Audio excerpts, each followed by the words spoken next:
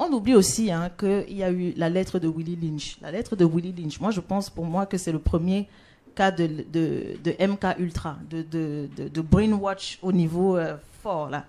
Dans la lettre de Willie Lynch, il se focus sur la femme noire. Il dit, laissez l'homme noir, mais focuser sur la femme noire. C'est elle la clé. C'est elle la clé de tout. Donc, focuser sur elle. Faites qu'elle se déteste. Créer des dissensions entre les personnes claires et les personnes non claires. Donc, quand on voyait, par exemple, des gens, parce que comme je dis, l'Afrique, on avait toutes les couleurs. Il y avait des femmes, il y a même des femmes encore aujourd'hui au Cameroun. Il y a des femmes dans certaines tribus au Cameroun, par exemple, qui ont des yeux verts. Elles sont très, très, très, très claires. Donc, c'est très rare, mais ce sont des femmes africaines. Il n'y a pas, peut-être qu'il y a eu des mélanges avec les, je sais pas, mais c'est des femmes qui sont nées de parents noirs. Donc, ça existe. Donc, ils ont commencé à dire, non, faites des différences. C'est qu'il y a des traits un peu occidentalisés, donnez-lui les privilèges. Donc, ça va faire quoi? Que la femme, quand elle va avoir l'enfant avec l'esclave, elle va avoir l'appréhension de dire, mon enfant, j'ai peur qu'il lui arrive quelque chose. Alors qu'avec l'enfant blanc, elle va se dire, oh, il a un meilleur avenir. Et c'est pour ça qu'elle va conditionner son enfant aussi à cette époque-là à dire, ne reste pas avec le noir parce que tu vas beaucoup souffrir. Donc, va avec le blanc. Donc, ça, c'est ça, je dis en fait que c'est des choses qui sont ancrées depuis longtemps. Et il faut savoir d'où ça vient. Et maintenant aussi, quand on parlait de fétichisation, c'est que on parle par rapport à la désir sexuelle. Je vais prendre un exemple très, très simple. Il y a eu Caster Semenya, je ne sais pas si vous savez c'est qui.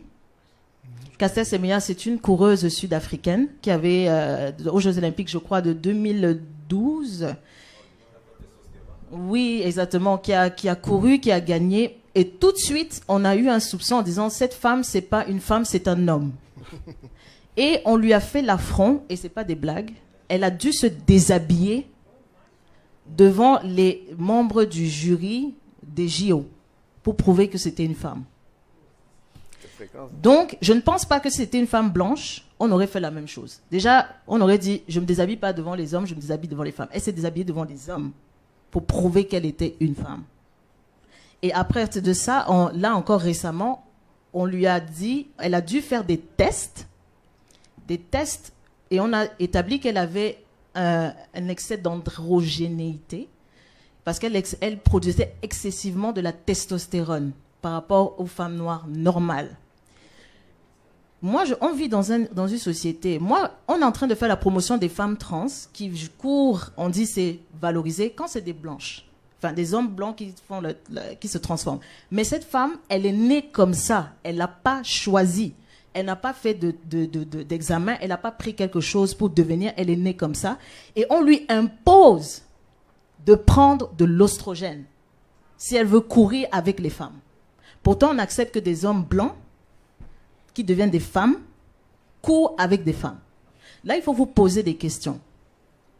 Il faut vous poser des questions. Pourquoi? Et c'est ça, en fait, que je dis que la femme noire, dans la façon dont on est perçu, et ce n'est pas innocent.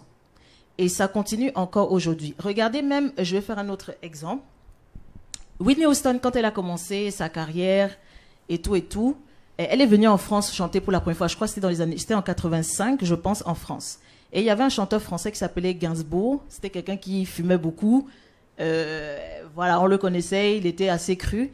Et la première chose qu'il fait quand il la voit, il dit « I want to fuck you on live. I want to fuck you on live. » Dans une émission de télé. Donc, elle a eu comme un réflexe, elle a ri, genre, mais elle a fait waouh, genre, elle s'attendait pas à ça. Elle s'attendait pas à ça. Mais il a dit, il a objectivé en live. Et ça a fait rire les gens. Donc, maintenant, quand on a cette obsession, quand je t'ai entendu, excuse-moi, c'est pas pour te pointer directement, tu disais que oui, c'est toutes les femmes qui sont objectivées. Non. La femme noire, c'est particulier. Je sais qu'il y a des autres femmes qui sont mises par terre, ça ne doit pas être notre combat parce que nous avons des problèmes, nous, qu'on doit régler d'abord. Moi, je vais prendre un autre exemple. Grâce à qui les latinas, qu'on appelle latinas, moi, je dis, ce sont des femmes blanches. Moi, latina, c'est une culture, c'est pas une peau. Grâce à qui les latinas sont rentrées dans la musique? Merci Rito. C'est des hommes, voilà. Ce sont des hommes noirs, dont notamment Monsieur P. Diddy, qui a fait rentrer Jennifer Lopez dans la musique noire. Maintenant, on est en train de voir une espèce de remplacement, parce que si vous voyez la musique maintenant, et c'est la même chose qui arrivait en France. En France, avant le R&B, c'était les Noirs. Il y avait des chanteurs noirs, avec des femmes noires. Bon, c'était pas la prédominance, mais les femmes noires chantaient beaucoup le R&B. Dès les fins des années 90, 2000, on a commencé à remplacer par les femmes arabes. Grâce à qui? Les hommes noirs. Et pourquoi comme ça? Non problème. Pourquoi comme ça? C'est qu'il faut aussi comprendre que dans les années 60, en fait, quand les hommes noirs ont commencé à s'identifier, comme je dis toujours, en fait, de voir d'où viennent les choses. Black is Beautiful, c'était un mouvement, parce qu'on le néglige, on veut seulement que ouais, les femmes venaient des afros. C'était un mouvement pour justement refuser le diktat occidental de la beauté. Donc ils ont dit, je vais revenir à la nature, je vais revenir à mes cheveux, je ne vais plus me défriser. Parce que contrairement à d'autres femmes, on forçait la femme noire à défriser ses cheveux. Et même Juliette Smerada, je pense qu'elle est passée ici, elle avait fait une présentation par rapport à ça. Elle expliquait en fait qu'on a forcé la femme, on lui demande, parfois on la rasait, parce qu'on pense que les femmes noires n'avaient pas des cheveux. Les femmes noires avaient des cheveux, mais on avait le temps de les traiter, de prendre soin de ça. Ça faisait partie de notre rituel quotidien. Mais vous venez dans un pays étranger, on vous force à travailler et tout ça. Donc, on a plus pris soin. Et quand la femme avait des très beaux cheveux, parce que même ça, c'était des objets de désir sexuel, la femme blanche demandait qu'on rase la maîtresse de maison. Parce qu'il faut aussi comprendre que dans l'esclavage, on fait croire que c'est seulement l'homme blanc. Non, la femme blanche était complice par association. Et ce n'est pas une condamnation, c'est un fait. Et je ne le mets pas pour dire que les femmes blanches sont comme ça, comme ci et tout. C'est l'histoire. C'est pas moi qui dis c'est ça ou c'est pas ça. Donc, quand vous avez cette acception-là, le Black is Beautiful, qui a été même prôné par Steve Biko, c'était un activiste sud-africain qui a été assassiné dans des conditions atroces en Afrique du Sud. Steve Biko défendait ça. Et justement, il disait qu'il faut retourner à la racine. Quand ils ont vu ça, les Blancs se sont interrogés, les dominants, ils ont dit, si on ne fait pas attention, on va perdre le contrôle. Parce que tout est une question de contrôle. Donc, qu'est-ce qu'ils ont fait? Ils ont permis la blaxploitation. La blaxploitation a détruit le Black is Beautiful. Pourquoi? Parce qu'on a donné le pouvoir à l'homme noir de se valoriser par le pénis, encore. Suite Badass Song, qui est le précurseur du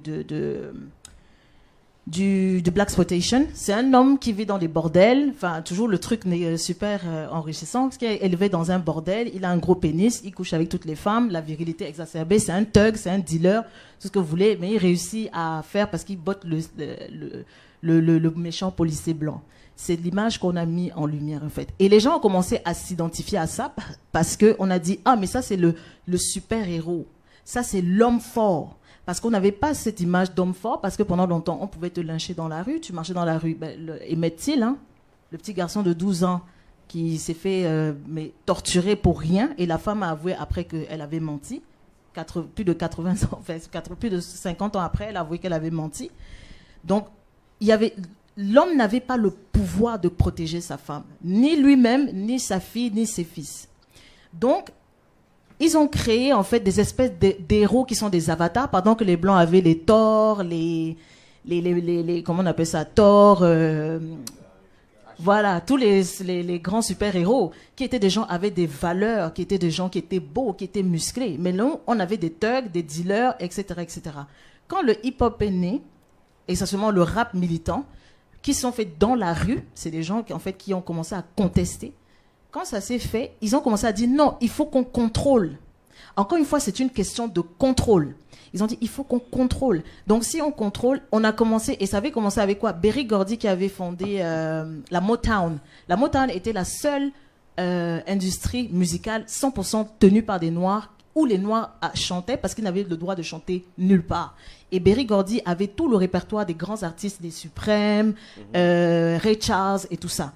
Quand les Blancs ont vu ça, ils ont dit non, il faut prendre le contrôle. Donc, ils ont commencé à prendre les majors et aller miroiter des contrats plus importants parce que les majors blanches avaient beaucoup plus d'argent. Donc, ils ont dit laissez Berry Gordy et la Motown, moi je vais vous payer plus.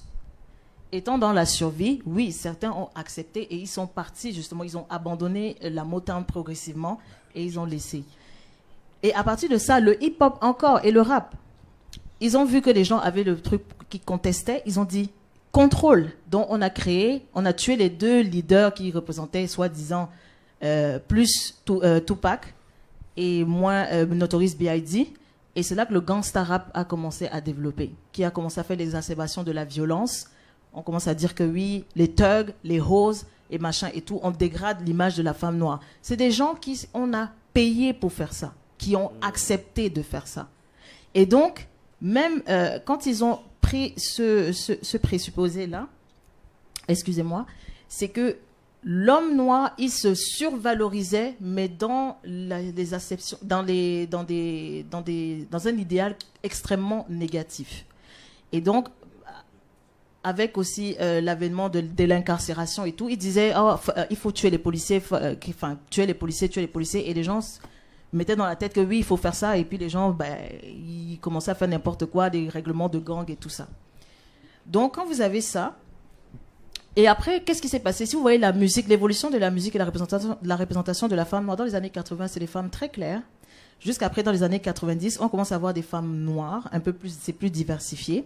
80, c'était Saad. Je ne sais pas si vous connaissez la chanteuse Saad. Sadé, excusez-moi, je dis Saad, désolée. Sadé et tout, avec toutes les femmes de cette époque. Et puis, en descendant, ça a commencé à foncer. Dans les années 90, vous aviez Eternal, vous avez des groupes de femmes noires, etc., qui chantaient, qui étaient assez classes. En Vogue, par exemple. C'était des groupes TLC. C'était des femmes qui... Et bizarrement, ils ont commencé à dire non. Contrôle. Donc, on a pris P. Diddy. On a dit, OK, man, il faut que tu nous mettes quelqu'un d'autre. Oui, parce que, quoi qu'on dise, ces gens-là, ils n'ont aucun pouvoir. Ils sont tenus par des gens qui ont de l'argent. Qui possède la musique noire aux États-Unis? Ce sont des blancs, des juifs.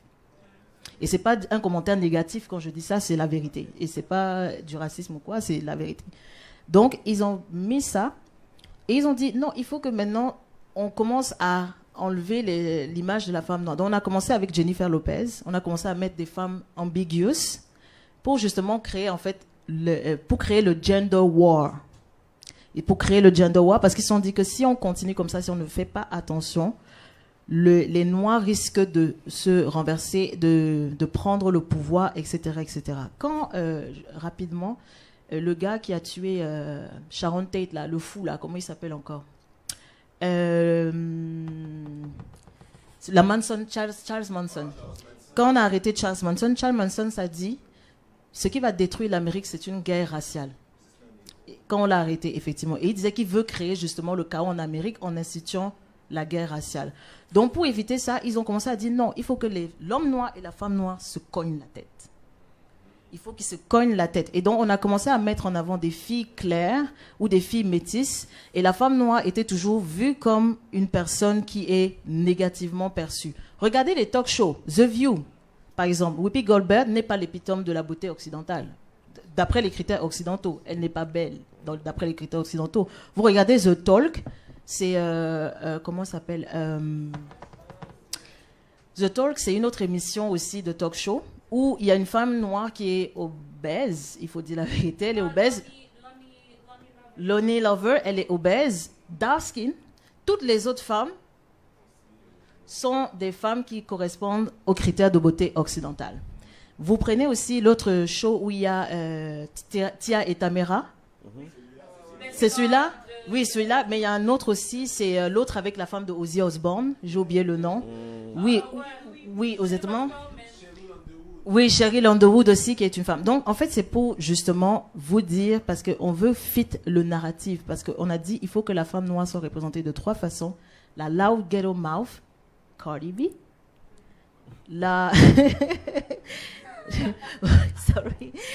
La strong black woman, celle qui est qui ne veut pas se soumettre, qu'on a mis à tort comme étant la femme qui ne veut pas se soumettre, mais c'est la femme qui subit tellement de pression que à un moment donné, si on ne se met pas en colère, je ne sais pas, on est morte. Hein?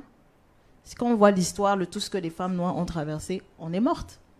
C'est ça qu'on dit qu'on est angry, we are angry, etc. Et c'est vrai que beaucoup de femmes, même Lana Lone, elle disait que souvent, elle se retient de dire certains commentaires parce qu'elle a peur d'être associée à la angry black woman. Donc, en tant que femme noire, on s'auto-restreint. Même quand on se fait insulter, on a peur de réagir parce qu'on va dire, on va encore dire qu'on est ghetto mouth. Regardez même la façon dont les hommes sans scrupule, tabassent les femmes noires et on enregistre, on met sur YouTube. Je ne les vois pas faire ça avec les femmes blanches, je ne les vois pas faire ça avec les femmes indiennes, je ne les vois pas faire ça avec les trucs. Et je vais même dire que nous sommes même quand même garants parce qu'au niveau de la chirurgie esthétique, regardez, et ce n'est pas pour pointer ou être négatif, qui est-ce qui fait le plus de chirurgie esthétique dans le monde, d'après vous? Et les Asiatiques. Pourquoi? Parce qu'on a mis le blanc, parce que comme il a dominé, exactement, il a mis sa femme comme l'épitome de la beauté ultime. Mais je parlais encore du canon. Vous allez voir que les blancs ont toujours deux formes de femmes. La femme inaccessible, le canon, qui était dans les années 50-60, c'était Grace Kelly. Et dans les années Grace Kelly contre Marilyn Monroe, qui était le sexe symbole. Donc tous les gens qui fantasmaient sur Marilyn Monroe comme étant la femme accessible, la blonde accessible. Par contre, vous voyez, après, dans les années 2000, c'est Taylor Swift qui incarne la beauté, la femme parfaite, contrairement à Miley Cyrus qui est la trash. Mais nous, les Noirs, nous n'avons pas ces figures-là. Nous n'avons pas de canon à nous. Et c'est ça que je dis en fait que quand on dit non, il faut qu'on overcome. Moi, je vous dis toujours que, et c'est là que moi je vais faire un parallèle. Je vais dire les femmes noires, nous avons quelque part failli. Parce que nous sommes garants de l'éducation des enfants. Et je pense qu'il faut que nous, on mette l'accent sur les garçons noirs. Parce que des discours comme... Et c'est ça qui fait que les femmes noires commencent à être agressives et s'énerver contre les hommes noirs. Quand il y a un homme qui vient, monsieur Nick Cannon, hein, qui vient nous dire que oui, pour le summum de la réussite pour un homme noir, c'est d'épouser une femme blanche. Yeah. Vous pouvez le voir sur YouTube. C'est là, il n'a pas longtemps. Hein, c'était au début de... Peut-être en avril. Je pense qu'il faisait l'avocat du diable. Non, il ne faisait pas l'avocat du diable. Non. Non, non, parce que tu ne dis pas ce genre de choses. Tu ne dis pas ce genre de choses dans un média. Même si c'est un constat. Même si c'est un constat. Même si c'est un constat. C'est un constat. Et si c'est son constat à lui, si par exemple, juste pour aller là, mais à la fin de la journée, tous les hommes noirs qui ont réussi, et c'est souvent, on l'entend très souvent au sein des femmes, au sein des femmes, non, ils le disent tout le temps, ils choisissent toujours. Mais n'oublie pas que, encore une fois, dans le système, quand on parle de réussite, vous avez des gens, quand tu dis que oui, beaucoup disent ça, vous n'allez jamais voir... Je vais prendre un exemple très simple. Vous connaissez... Est-ce que quelqu'un connaît Elizabeth Hurley? Elizabeth Hurley, dans les années 90, c'était une femme, voilà, le sex symbole et tout. Austin Power, voilà, exactement. Avec Hugh Jackman. Oui, avec Hugh... mais lui, quand il l'a trompé avec une prostituée noire, elle est partie. On l'a chopé avec une prostituée noire et lui, elle est partie. Mais elle a épousé un homme indien, un milliardaire. Est-ce que vous entendez encore parler d'elle? Why? Because elle a embrassé la culture indienne, où quand tu es marié, tu t'effaces. Quand j'entends, monsieur, excuse-moi, je dis pas, je te pointe pas pour dire négativement, les gens qui disent que oui, ils veulent que l'homme noir qui réussit, c'est la femme blanche, c'est son constat. Quel genre de femme blanche il épouse, s'il vous plaît? Les femmes blanches que même vous donnez à un homme blanc puissant, il n'allait jamais prendre. Quand je prends les Kardashians, c'est leur mère qui leur dit allez avec les noirs parce qu'elle s'est fait connaître par une sextape. Pour un blanc, c'est humiliant. Je peux dire que... Alors, oui, je sais pas, parce que moi, je parle de mon observation à moi, mais quand je regarde les femmes que toutes les joueurs de basket ont pris, toutes les joueurs de football ont pris, même ceux qui sont les plus gros advocates pour les black people issues, ils sortent toutes avec des... Alors, je sais pas. Moi, ça c'est mon constat à moi, puis moi, ça c'est mon observation. Attention. Je vais t'expliquer et c'est même beaucoup plus grave parce que ces enfants-là sont conditionnés et brainwashed. Il y a un livre de monsieur, je crois que c'est Tom Burrell, qui a écrit un livre justement sur brainwash, où il parle en fait du conditionnement de l'homme noir, où on les prend extrêmement jeunes. Les managers leur disent, écoute, c'est mieux pour ton marketing image d'être avec une femme blanche. So we will have baby mamas all around the world who's black, mais il va aller épouser la femme blanche parce que c'est bien pour ton image. tu sais, tu vas vendre beaucoup plus. Et ça, c'est ce discours-là, excuse-moi, quand tu disais même par rapport au capitalisme, ouais, c'est qu'on doit vendre. Je suis désolée, non. Parce que en résultat des courses, qui est perdant? Est-ce que ce sont les autres? Je vais prendre un exemple. Qui a connu le scandale Shea Butter? Shea Butter? Yeah. Shea Butter, c'était une entreprise où c'était un des premiers, c'était tenu par un noir, marié à une femme noire, qui a commercialisé le beurre de karité pour les cheveux. C'était une marque qui était extrêmement populaire dans les années 80 et c'était pour les noirs, c'était comme la réussite, le black success guy. Et ils vendaient vraiment ils voulaient que les femmes noires utilisent leurs cheveux. Qu'est-ce qui s'est passé? Il a vendu son entreprise, enfin il a vendu le capital à une compagnie dont M. Mitt Romney était anciennement propriétaire. Il avait gardé 51%, mais 49%, c'était les étrangers qu'il avait. Qu'est-ce qui s'est passé? Ils ont fait une pub. Toutes les femmes étaient blanches. Et puis les femmes nous ont dit, mais depuis quand les blanches mettent le shea butter sur les cheveux? Parce que c'est pas fait pour leurs cheveux. Oui, on peut mettre dans les produits, mais est-ce que les femmes blanches mettent le shea butter? Et ça était tellement désastreux, parce que les femmes m'ont dit, je n'achète plus, qu'il est venu chez Oprah, chez Charlemagne d'Adumb, on dit Charlemagne d'Adumb, mais Charlemagne d'Adumb. Il est parti dans toutes les émissions des Noirs pour se défendre et dire non, j'ai été le premier à valoriser la beauté noire, je voulais que la femme noire, parce qu'il perdait de l'argent. Donc, quand on parle capitalisme, il faut aussi savoir et comprendre en fait dans quoi on vit. Je ne comprends pas pourquoi, et je trouve que l'homme noir quelque part, et quand je dis l'homme noir, je ne veux pas dire tous les hommes noirs, mais l'homme noir en tant qu'image, quand il vend son produit, regardez celui qui a fait The Boondocks. Il s'est fait kick out de sa compagnie. Oui, The Boondocks. Aaron McGruber. Mais il faut un reboot. Il faut un reboot avec lui. Oui, ils font un reboot parce que... Mais pourquoi il a vendu en pensant... Et on l'a dénaturé. On a dénaturé son œuvre. C'est pour ça que je dis en fait qu'il y a des Noirs qui refusent justement de vendre parce qu'ils savent ce qu'on va faire avec leurs choses. Et ça, je dis quand j'entends les Noirs dire capitalisme, oh, c'est le marché. En Afrique, il y a des artistes, et je pense que tu le disais il n'y a pas longtemps, qui commencent à mettre des femmes blanches dans des clips africains. Moi, j'ai dit, mais on va où là? Non, mais sérieusement, on va où là? Non, mais le pire, c'est les jazz haïtiens. Attends, on va la laisser finir par là avant. Oui, excuse-moi, je vais terminer là. Et on va où? Et donc, ils ont eu le backlash, et maintenant, c'est ça en fait que je dis que, maintenant, vous voyez, maintenant, avec cette image de l'homme qui a réussi et tout, vous avez des femmes noires maintenant, qui accepte parce qu'elle veut quitter la misère sociale pour voyager en Europe. Elle tombe sur des pervers, carrément, qui leur demandent de se déshabiller devant Internet et films. Parfois, ça tombe dans des trucs pornographiques. Et quand elles arrivent en Europe, le gars, il prend le passeport, il dit, tu vas faire ce que je te dis, sinon on te renvoie dans ton pays. Donc, c'est des choses extrêmement graves. Et jusqu'à ce que... Parfois, ça implique même la bestialité. Donc, c'est pour vous dire, en fait, que la femme noire, en fait, dans son acception, et quand même chez les prostituées, prostituées noires, on va toujours proposer les pires pratiques sexuelles. On va toujours proposer, parce qu'il faut qu'elle soit cheap, il faut qu'elle accepte tout, toutes les choses bizarres, il faut que ce soit elle qui accepte. Donc, c'est ça, en fait, que je dis. Le problème, c'est que les nouvelles générations, encore une fois, les complexes naissent petits. Si vous avez des enfants, et ça, c'est tous les enfants, parce qu'on pense toujours que c'est l'enfant noir qui est le seul, on commence petit. Donc, quand il y a l'enfant noir, vous êtes là, vous regardez Love and Hip Hop, tout ce qu'il fait, c'est regarder les femmes qui s'insultent à longueur de journée. Moi-même, ça ne me ferait pas envie. Je vois les femmes noires qui se battent tout le temps, qui s'arrachent les cheveux, qui crient, qui s'insultent, gros mots. Moi-même, ça ne me ferait pas envie. Donc, c'est aussi dire quelle sorte d'image on met devant nos enfants. Quelle représentation on met devant nos enfants.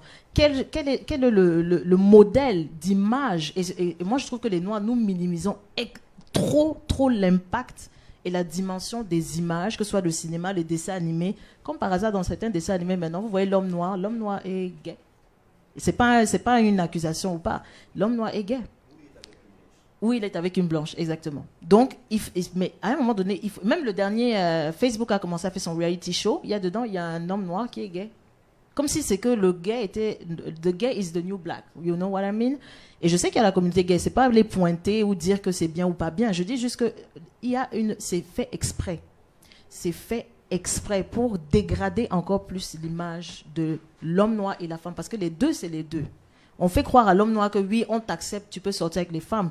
Mais quand ils vont décider qu'à partir de maintenant, là, si tu touches à ma femme, je te crame, vous allez confirmer. Et ça, je dis toujours que faites attention à l'image.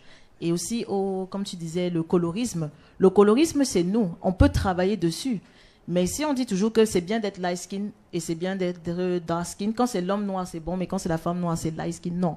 Il faut casser ça. Et c'est en acceptant tout le monde et traitant tout le monde de la même façon. Donc, on peut réussir par rapport à ça. Bravo pour Karen. Les questions pour réagir à William et Karen, par rapport à finaliser le panneau. Je veux seulement dire que je crois que je suis pas d'accord pour le fait qu'on dise que il faut attendre un statut économique pour changer les choses. Ça c'est pas William. C'est pas William parce que on a un gros pouvoir d'influence aujourd'hui. Puis on n'a pas les mêmes barrières qu'on avait dans l'industrie avec l'internet et tout ça. Puis je pense que juste avec un mouvement, c'est genre quand les gens commençaient à faire les danses de noir, il n'y a pas un blanc qui a dit à un noir de faire la danse. Ça a juste devenu viral tout seul. Donc on a quand même un pouvoir d'influence, puis on peut quand même faire les choses sans attendre d'atteindre un certain niveau économique, même si ils contrôlent les médias. Il y a des médias partout maintenant sur Internet. On n'a pas besoin d'attendre. Ben écoute, moi je vais pas dire qu'on a aucun pouvoir d'influence. Et je pense pas que j'ai sous-entendu ça. Mon point à moi, c'est pour dire que pour pouvoir, moi je crois vraiment que notre émancipation et notre amélioration passe par un rehaussement de notre position économique. Je pense que c'est ça qui va nous donner un pouvoir qui va nous donner une voix. Parce que, comme tu as dit, maintenant, il y a des médias partout, mais ça fait en sorte que auparavant il y avait peut-être 3-4 voix. Aujourd'hui, il y en a 1000. Alors, c'est sûr que ça peut être aussi, même si on a plus de postes pour parler, s'il y en a beaucoup, des fois, notre voix va pas être capable de parler plus fort que la foule. Alors, moi, mon point, c'est que économiquement parlant, je pense que si on arrive à se rehausser, que ça soit de manière entrepreneuriale, que ça soit au niveau du marché du travail, moi, je pense qu'il y a ce volet économique qu'on ne veut pas pour des raisons. Pour moi, je pense que des fois, c'est des pauses aussi, tu comprends? Parce que, tu sais, tout le monde veut se concentrer sur l'aspect social parce que ça paraît beau, c'est cool, c'est chill. Ça, c'est ton... Mais moi, pour moi, mon volet à moi, pour moi que je crois, ça passe par une amélioration de notre position économique, par n'importe quelle solution. Je ne dis pas que j'ai la solution, mais il faut qu'on trouve un moyen là-dedans de se rehausser. Et je pense que si, par exemple, on avait des femmes noires, parce que le panel est vraiment sur les femmes noires, alors je parlais pour eux, si on avait des femmes noires dans des postes stratégiques, si on avait des femmes noires, par exemple, qu'on voyait qu'on était propriétaire, comme elle a parlé, l'image, c'est très important. Alors, si on voit l'image de la réussite de la femme noire, ça va rehausser et tout va découler par la suite. Ça, c'est mon point. Ça, c'est juste mon opinion à moi. Je comprends, mais c'est plus comme quand tu disais que le blanc il contrôle tout, puis qu'il va vraiment juste empêcher, disons, ou contrôler le narratif, alors que maintenant, disons que les Noirs, ben, on a vraiment comme beaucoup plus d'influence. Genre, juste le rap est devenu numéro 1.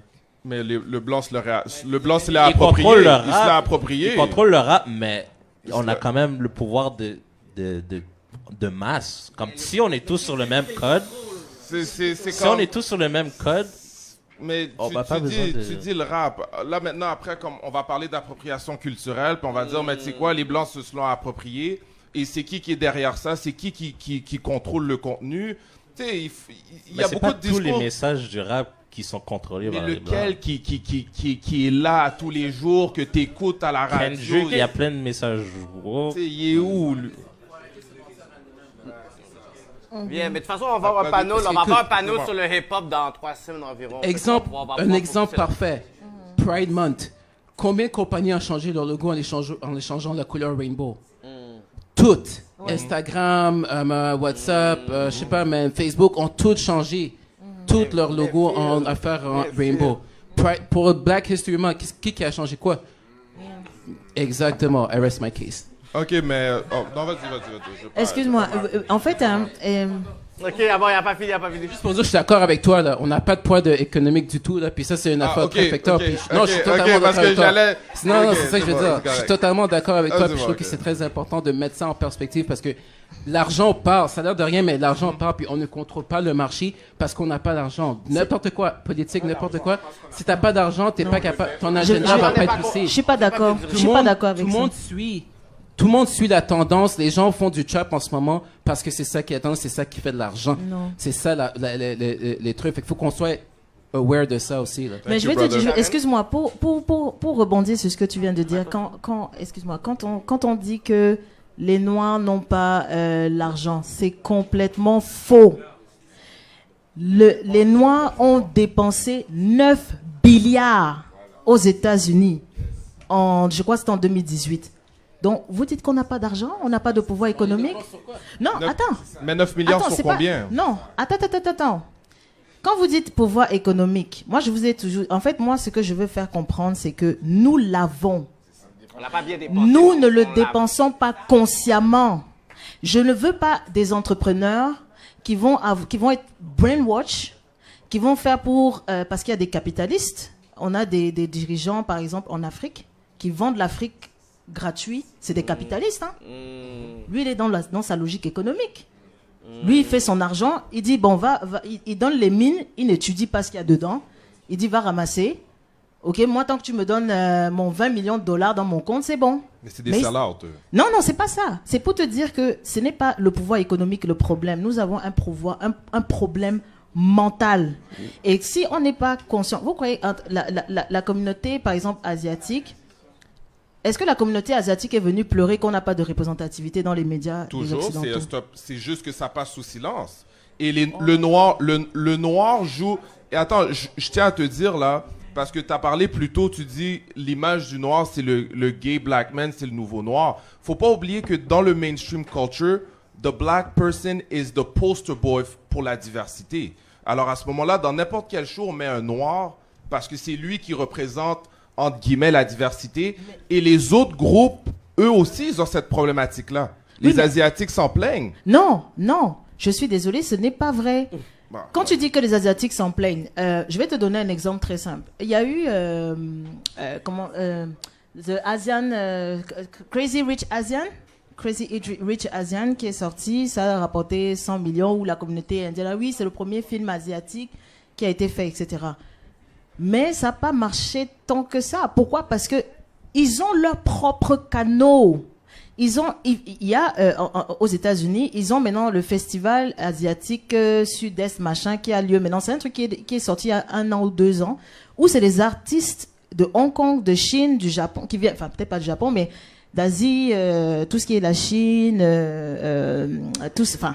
dans cette zone-là, Corée et tout, ils font souvent des prix. Et ils viennent s'attribuer des prix dans ce truc-là. Et ils ne demandent pas aux autres de venir les voir. C'est ça, en fait, que je dis, la mentalité, pour moi, c'est le plus important. Parce qu'on a le pouvoir économique. Seulement, qui a rendu riche Nike? Dès qu'il y a une brand qui sort, qui dépense? Qui les enrichit? C'est nous. Cosmétiques, cheveux, tout, qui ne nous appartient pas. On dépense. Non, mais il faut dire la vérité. On a de l'argent, mais on ne sait pas comment le dépenser. Et ça, je dis que c'est la mentalité pour moi qui est extrêmement importante. Plus que le pouvoir économique. Juste dire une petite affaire. C'est quoi pouvoir économique sans dépense ou sans investissement? Consommation. Ouais, mais c'est ça justement. Fait que si on Mais c'est pas un pouvoir en consommation? Si moi j'achète Nike, je rends Nike riche, je sais pas à cause que j'ai consommé dans leurs produits. Mais bien sûr. Mais c'est un pouvoir économique. C'est pas un pouvoir. Moi, si j'ai de l'argent pour décider ta business continue ou pas, c'est pas un pouvoir. Je comprends pas. Je pense aussi que pour avoir un pouvoir économique, oui, il faut consommer, mais il faut aussi être capable de distribuer, il faut être capable de créer, il faut être capable de produire. Oui. Et le problème, comment tu consommes. Et le problème que nous on a, je dis pas que on le fait pas, on fait un effort conscient de plus en plus de consommer chez nous, mais on consomme beaucoup ailleurs. Et ça enrichit les autres. Tu sais, pour illustrer ce que tu viens de dire, et c'est ça aussi, il y a un site qu'on a démantelé aux États-Unis qui était marqué 100% black. C'était les Chinois qui avaient ça. C'est des informaticiens Noirs qui ont découvert qu'en fait, tout venait de Chine. Ils sont conscients de ça, qu'on est en train de se remettre en question, qu'on est en train de revaloriser. Oui. Et c'est pour ça que... Parce qu'ils l'ont déjà fait eux aussi Ils récemment. l'ont déjà fait. Mais regardez même, pourquoi maintenant vous voyez des couples maintenant noirs dans les cinémas? Si Beale Street pouvait parler, il y en a maintenant d'autres qui vont venir. On met en scène des couples noirs. Parce que les noirs commencent à rejeter ça. Parce qu'ils voient qu'on refuse de consommer ça. Et qu'on commence à dire que faisons des choses pour nous. Et c'est pour ça que je vous dis encore une fois, c'est le contrôle. C'est le contrôle. Parce que c'est comme quand on dit à un noir, le noir il va dire, oh, mais tu me maltraites. Je viens chez toi, j'achète pas. Il va dire, ok, je vais faire des stages. Comme ça, quand tu vas venir, on va te servir comme un roi. C'est fini. C'est le contrôle. Et c'est ça, en fait, quand je dis que le pouvoir économique, on a le pouvoir économique. Le fait d'être consommateur, c'est un pouvoir économique. C'est une forme de pouvoir. C'est une forme de non, pouvoir. c'est pas une forme. mais... C'est un pouvoir économique. Mais on refuse de comprendre, en fait, que on peut mobiliser les gens avec ça. Si les Noirs, et on avait parlé de ça, quand Nike insulte, si on était conscient, vraiment, les Noirs disent, à partir de maintenant, j'achète plus Nike. Nike va faire, s'il faut employer 100 Noirs, ils vont employer 100 Noirs à la seconde. Mais Nike, par contre, Nike joue la game aussi. Donc, tu vois, avec Colin Kaepernick, Nike joue la game. Oui, c'est ça. Donc là, maintenant, tous les Noirs ont commencé à aller acheter Nike parce que Nike faisait des chaussures brûlées pour les Blancs qui brûlaient leurs chaussures. Oui, c'est pour ça que je te dis, c'est une affaire de contrôle. Mais même là, je vous dirais que l'activisme... Tu sais, une fois, tu avais fait un post là-dessus et c'était par rapport... Il y avait une polémique par rapport à quelque chose de racial, puis on a remarqué que c'était vraiment les Blancs qui étaient fâchés pour les Noirs. Entre autres. Mais, Très souvent. Très souvent. Et des fois, vous n'arrivez pas, il y a une polémique qui arrive, puis toi, t'es comme, OK, c'est correct, mais après, Mais des fois... il y a un gros outrage. Mais des fois, est-ce qu'ils sont fâchés pour les mêmes raisons que nous? Non, mais je veux juste... Aussi, non, mais est-ce je dis juste vis-à-vis la polémique. Ouais. C'est parce que... Et c'est ça la force du capitalisme, cette capacité de rendre n'importe quoi une marchandise. Entre autres. autres. Et cet activisme-là, ce outrage-là, C'est du capitalisme masqué. Oui, mais on fait appel à qui? Est-ce que vraiment on fait appel à nous ou on fait appel au white guilt? On fait appel au modèle qu'on nous a donné, puis on essaye d'avoir du white guilt au travers de ça. Mais à la fin de la journée, je pense que c'est pour ça que le travail sur nous-mêmes est important. Est-ce que quand Starbucks, par exemple, ils renvoient, il y a du monde qui se font arrêter et tout, cette mobilisation-là, elle fait appel au white guilt. C'est pas pour nous. Ça, c'est pas pour nous. Ça, je te dirais que ça. Moi, je te dirais que ça. Moi, je te dirais que ça, c'est plus un contexte politique. Parce que souvent, tu vas voir aussi. It's always politics. Moi, je veux dire souvent It's aussi. Always politics. Moi, j'ai rien. Je suis down avec tous les gens qui sont contre l'oppression. On est tous ensemble. Mais souvent, tu vas voir, c'est beaucoup aussi la gauche qui va se mobiliser un peu. Tu vas voir. C'est marchandisé. C'est un peu marchandisé. Par contre, je pense que en ce qui a trait à l'économie, ok, moi.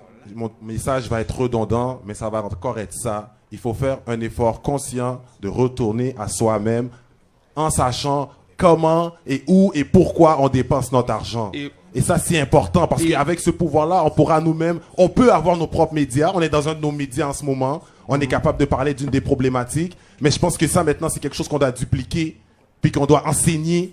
Puis voilà, ça commence à la racine de qui on est. Et Toto, je veux juste répondre par rapport à l'affaire du pouvoir. C'est vrai que l'Internet puis des médias comme Facebook, ça a brisé le cartel de l'information. Alors à ce moment-là, l'information, les plateformes d'information, ça s'est beaucoup démocratisé. Alors à ce moment-là, un show comme ça, c'est pas possible à la télévision. Alors, shout-out à Kéké pour mettre en place cette plateforme-là où on parle de ces enjeux-là. Mais ton idée de pouvoir économique, là, c'est que, et je sais que ça c'est un autre débat, mais cette idée de toujours de vouloir tout faire à l'intérieur de nous, moi je suis pas d'accord parce que toutes les communautés qui sont venues, prends par exemple toutes les communautés d'immigrants là qui sont venus dans les sociétés occidentales, on parle des Juifs, on parle des Irlandais, Arabes, on parle des Asiatiques, ils ont atteint de la prospérité en vendant aux Blancs. Bon, voilà où est-ce que je veux en venir. Maintenant, je vais te répondre. En vendant aux Blancs. Et maintenant, après, ils n'ont pas perdu leur culture pour autant. Nous, on est fragiles là-dessus. Je vais te répondre. Donc, eux, ils sont venus en connaissance de cause. Ok. Donc, ce qu'ils vendaient aux Blancs, ils vendaient pas juste des produits. Ils vendaient une culture, ils vendaient un mode de vie. Quand tu as des Maghrébins là, qui prennent Jean Talon entre Saint-Michel-Épineuve, puis c'est devenu le petit Maghreb, c'est aussi leur lifestyle qui est devenu une situation économique. Mais pour ça, tu dois te connaître. C'est ça. Tu dois te exactement. connaître. C'est ça, Si la- tu la veux vendre un limite. produit, tu veux vendre... Pourquoi tu penses que tu as dit on est plus dans l'entertainment? Tu l'as dit tout à l'heure. On a des modèles que c'est vraiment souvent l'entertainment. Parce que c'est ces portes-là qu'on voit comme étant ouvertes. Alors ça. qu'il y a plusieurs portes qui sont fermées, mais on n'ose pas les Exactement. ouvrir. Exactement. Tu vois, qu'est-ce que je veux dire? Donc, oui, les Mais Asiatiques... il faut la force pour l'ouvrir, les la Asi- porte. hein. Ben, la force, il faut aller la puiser Non, en il faut nous. la C'est puiser ça en l'affaire. nous. Tu vois, Mais je veux dire? oui. Puis, tu sais, tu dis les Arabes, etc. Tu peux pas t'intégrer, ok? Tu pourras jamais t'intégrer, ok? Si à l'interne, t'as pas une forme de ségrégation qui te permet de t'ouvrir aux autres. Mais c'est Je ça. sais pas, je comprends pas. Tu comprends? ce Ok, que- je vais comprends pas ce t'expliquer. que ça veut Je vais dire, t'expliquer, là. je vais t'expliquer. Oui, les Arabes sont ouverts, ils vont vendre aux Blancs. Mais quand un Arabe va chez eux, puis ils ont leur caucus, la porte est fermée, la porte est fermée. Quand on va sortir, on va s'ouvrir aux Blancs, on sortira.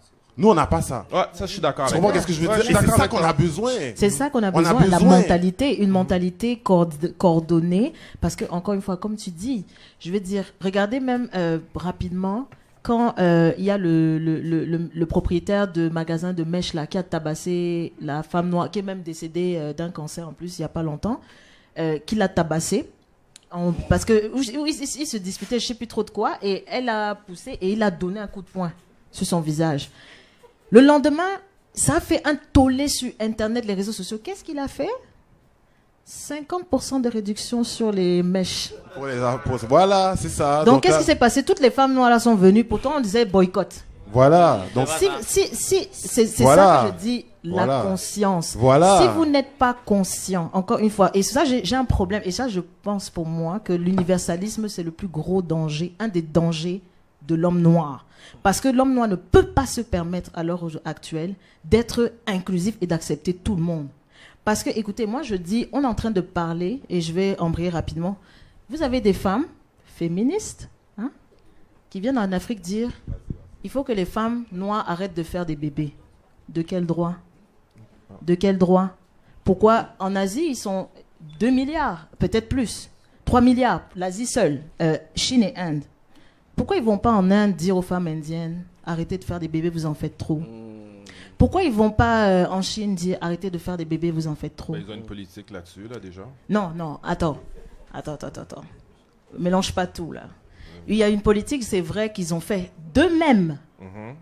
Encore une fois, c'est eux. On n'est pas venu leur dire, Ils ont fait une politique. arrête de faire des bébés. Mais c'est ils sont plus forts, ils sont Non, forts. Ils non, sont forts non. aussi sur le plan en tout cas, Écoute, mais moi, vais pas aller là-dedans. tu sais, ils ont été colonisés comme nous, hein. Ils ont été colonisés comme nous. Comme les Arabes. Bon, les Arabes ont fait l'esclavage chez nous, ils ont aussi été colonisés comme nous. Mais la différence, c'est ça. C'est-à-dire que, et c'est ça que je dis que c'est un travail de plus de 1400 ans. On nous a déstructurés à tous les niveaux. Quand vous êtes une femme, on vous arrache votre bébé, on le vend je ne sais pas où. Quand on vous force à avoir des relations sexuelles avec votre père, votre frère, votre oncle, pour créer comme les chevaux. On vous inbreed, comme on dit, c'est ça le terme, inbreed, comme les chevaux. Quand on vous voyez, vous faites lyncher, ou on collecte vos parties sexuelles. Le père de la gynécologie, qu'est-ce qu'il a fait? Il a utilisé le corps des femmes noires à vif. Hein. Il ouvrait les femmes noires sans anesthésie pour voir comment ça fonctionnait. On a découvert ça il n'y a pas longtemps. C'est un truc qui a été caché. Donc c'est pour ça que je dis en fait qu'on ne peut pas pour l'instant se permettre. Parce qu'il y a des gens qui viennent maintenant dire il faut stériliser les femmes noires. Alors moi, ça me pose un problème. Je dis toujours que mais pourquoi est-ce que nous, c'est toujours à nous? Nous, enfin, d'après les statistiques des Occidentaux, on est 1 milliard. Pourquoi 1 milliard fait peur comme ça? Pourquoi 1 milliard d'Africains fait autant peur? Où des gens viennent vous dire, Bill Gates, le prince William, qui vient vous dire, donc même nos ventres, on veut les contrôler. Et si les hommes noirs ne comprennent pas ça, ils commencent à dire, oui, non, mais vous savez, moi, je dois, il faut s'ouvrir, il faut ceci. C'est ce qui fait que après, la femme noire, elle devient le seul et l'unique moyen de se défendre. C'est-à-dire que, et je veux dire que ces hommes noirs-là qui pensent en humiliant la femme noire tous les jours, qui sont bien vus, croyez-moi que vous êtes extrêmement méprisés. Quelqu'un comme Tommy Sotomayor, je sais pas quoi, c'est des gens, moi je pense que c'est un agent. On le paye pour venir faire ces conneries-là. Tommy, c'est un homme qui passe son temps à dire les femmes noires, is shit, everything. Je pense que c'est des gens qui sont payés justement pour nous distraire. Et donc, oui, et c'est pour ça que je vous dis que pourquoi maintenant ils mettent les séries. Vous savez, c'est toujours quelque chose de timing. Ils se rendent compte qu'on commence à rejeter ça. Qu'est-ce qui se passe aux États-Unis? Les Noirs commencent à dire, je ne veux plus voter démocrate. Stop this bullshit.